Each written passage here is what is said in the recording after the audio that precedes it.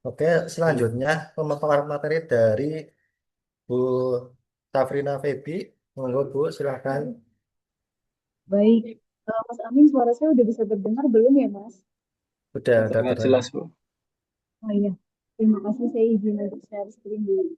Saya izin untuk off kamera, deh, karena ini sebenarnya tempat saya masih belum stabil. Barangkali nanti malah mengganggu presentasi.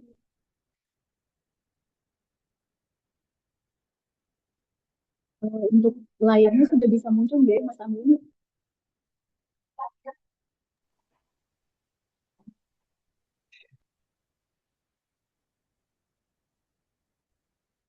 Baik, eh, saya mulai deh, Bapak Ibu. Bismillahirrahmanirrahim. Assalamualaikum warahmatullahi wabarakatuh. Waalaikumsalam. Eh, Waalaikumsalam warahmatullahi wabarakatuh. Mungkin saya akan mempresentasikan hasil dari riset yang sudah kami lakukan. Kebetulan untuk judul ini adalah hasil riset dari Hibah Bima tahun 2024.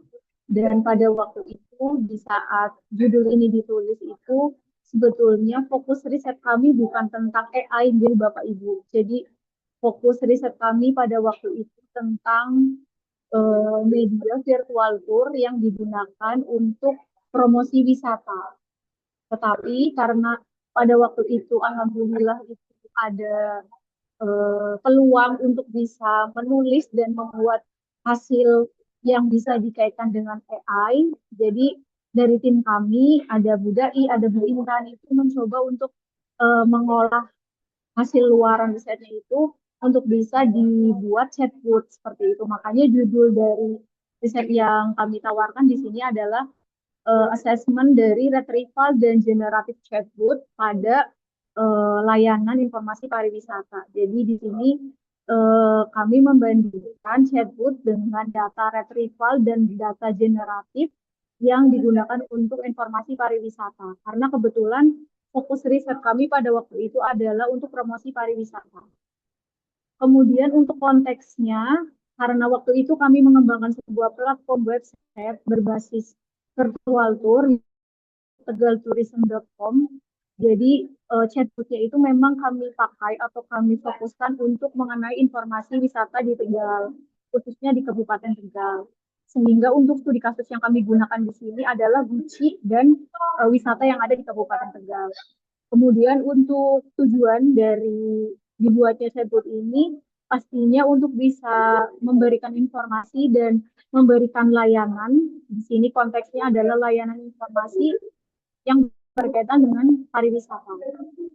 Kemudian untuk chatbotnya sendiri di sini itu bisa digunakan selama 24 jam dalam satu minggu ya. Terus kemudian chatbotnya juga sudah disesuaikan dengan informasi yang ada di website tegaltourism.com, tapi ternyata ada problem atau ada masalah yang waktu itu pada saat kami melakukan penelitian itu masih belum banyak informasi yang bisa kami dapatkan terkait lokasi, terkait mungkin biaya, terkait sarana dan prasarana berkaitan dengan pariwisata di Kabupaten Tegal. Sehingga di sini problemnya itu ada retrieval booth sama generative booth. Kalau untuk yang retrieval booth itu hasilnya lebih akurat karena memang dia sudah dipola dan sudah disesuaikan dengan pertanyaan-pertanyaan yang nanti akan ditanyakan. Itu. Tapi kalau untuk yang generatif bot itu seperti layaknya manusia, jadi data teksnya atau data informasinya itu dilatih dulu sehingga nanti jawaban respon chatbotnya itu bisa seperti kalau Bapak Ibu itu bertanya ke customer service seperti itu. Nah, ini perbedaannya Bapak Ibu. Jadi untuk yang struktur datanya, kalau untuk yang retrieval itu karena dia masih awal pada saat dulu mengembangkan itu di tahun 2004 itu kami masih menggunakan format JSON, jadi data chatbotnya atau data teksnya itu sudah kami pola dulu yang terdiri dari 71 teks dan 268 pattern. Jadi kami membuat banyak sekali pertanyaan-pertanyaan yang mungkin akan ditanyakan oleh pengunjung jika pengunjung itu akan mengunjungi sebuah objek wisata di Kabupaten Tegal. Sehingga di sini constraint-nya itu harus manual gitu ya, setiap lokasi atau setiap spot itu kita buatkan intentnya gitu atau kita buatkan polanya atau patternnya. Nah, kemudian di tahun 2024 akhir menuju 2025 awal itu generatif AI atau model generatif itu lagi marak sehingga waktu itu pada saat kami menulis judul ini kami mencoba untuk membandingkan bagaimana sih performa dari teks yang terstruktur tadi atau yang bentuknya retrieval dengan teks yang naratif gitu ya. Jadi bentuknya itu PDF. Jadi pada waktu kami membuat yang dataset untuk yang naratif itu kami membuat PDF-PDF yang berisi informasi mengenai pariwisata yang terdiri dari 11.621 kata yang disusun dalam bentuk cerita atau narasi. Nah, di sini untuk yang generatif itu data yang kami gunakan itu ada data tentang fasilitas, kemudian data tentang sejarah dari lokasi pariwisatanya, kemudian data tentang deskripsi apa namanya lokasi ini tuh wisata apa seperti itu dan constraint-nya di sini itu AI diminta untuk bisa memahami dan membaca dari data PDF atau teks yang kami buat seperti itu Bapak Ibu. Jadi eh, datanya ada dua jenis, ada yang retrieval dan ada yang naratif. Kemudian hasil dari data yang kami buat atau yang kami olah itu format yang pertama karena tadi berbentuk retrieval dan kami sudah membuatkan pattern atau polanya. Jadi kami bentuk dalam JSON. JSON itu kayak semacam format gitu ya Bapak Ibu. Format yang nanti bisa dibaca oleh si AI atau si chatbot ini sehingga pada saat chatbot itu diminta menjawab itu chatbotnya itu udah tahu gitu. Oh ini polanya itu bertanya tentang harga. Berarti nanti harus merespon menjawab dengan jawaban apa seperti itu. Nah, ini salah satu contoh format data JSON-nya. Misalkan di sini ada tag tentang tiket. Berapa sih harga tiket gitu ya? Atau mungkin eh, how much gitu kan. Kalau misalkan berbahasa Inggris biasanya kami bikin pakai pola how much, kemudian price, kemudian tiket cost seperti itu. Nah, nanti dari chatbotnya itu bisa merespon harga tiketnya itu adalah berapa, 15.000 atau 25.000 seperti itu. Nah, ini untuk gambarnya Bapak Ibu. Jadi di sebelah kanan ini itu ada perbedaan antara data struktur dan data tidak terstruktur. Mungkin tadi pada saat sesi pertama sudah dijelaskan panjang lebar oleh Pak Mirza nih, bahwa AI itu bisa mempelajari sesuatu itu berdasarkan tadi apa namanya perintah atau data yang dimasukkan ke dalam mesin gitu Bapak Ibu. Jadi kalau misalkan data yang dimasukkan ke dalam mesin itu sudah dipelajari, sudah dibuat pola, sudah bisa membaca gitu ya, atau bahasa manusianya itu sudah bisa belajar gitu. Nah, nanti hasilnya juga bisa kita dapatkan sesuai dengan layaknya kalau manusia itu belajar seperti itu. Nah, kemudian untuk yang generatif karena kami menggunakan data PDF, jadi data-data yang kami masukkan atau data-data yang kami latih itu memang berbentuk narasi-narasi penjelasan mengenai konteks berkaitan dengan layanan pariwisatanya seperti itu dan volume kata yang kami masukkan itu berkisar 11.621 kata. Nah, kemudian ini ilustrasinya. Jadi kalau misalkan di versi retrieval, data yang tadi sudah berpola itu nanti biasanya dari usernya atau respondennya atau pengunjung chatbotnya itu harus menginputkan sesuai kata per katanya. Misalkan di sini berapa harganya gitu atau how much gitu atau tiket price. Terus nanti dari model ML punya itu nanti akan membaca pola tersebut menggunakan pencocokan gitu deh. Terus nanti dari hasilnya itu bisa dipilih set answer-nya atau jawaban yang sudah dipola itu nanti akan mengeluarkan apa seperti itu.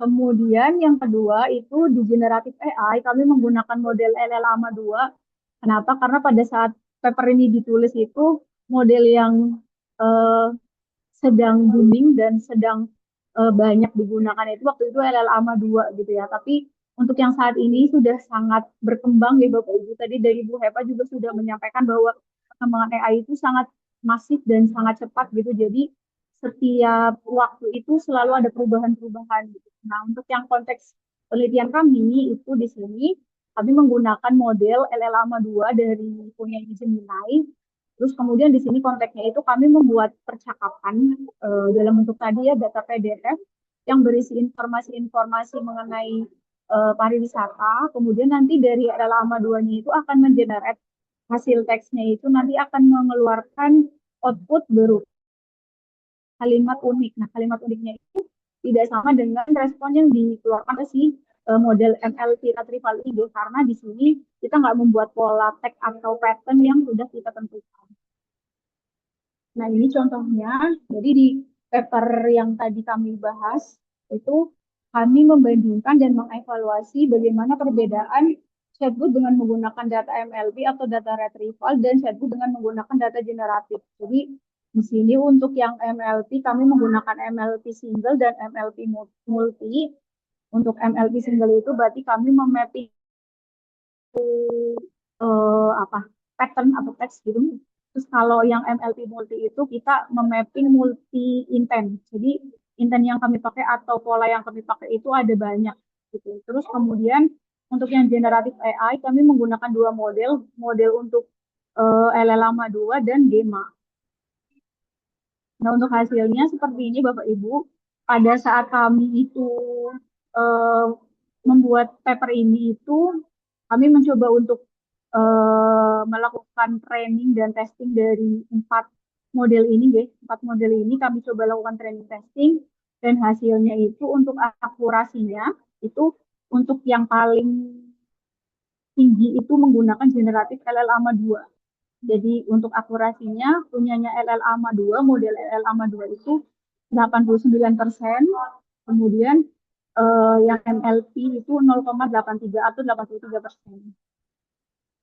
Kemudian ini beberapa result discussion kami, kenapa sih yang paling tinggi atau yang paling optimal itu LLaMA 2 gitu. Karena untuk di konteks studi kasusnya kami, yaitu di pariwisata Tegal itu, jawaban yang secara natural itu menjawab itu 75% gitu ya. Jadi jawaban respon dari chatbot yang dikategorikan sebagai ini ya, naturalness itu 75%, sedangkan untuk yang akurasinya itu 89%.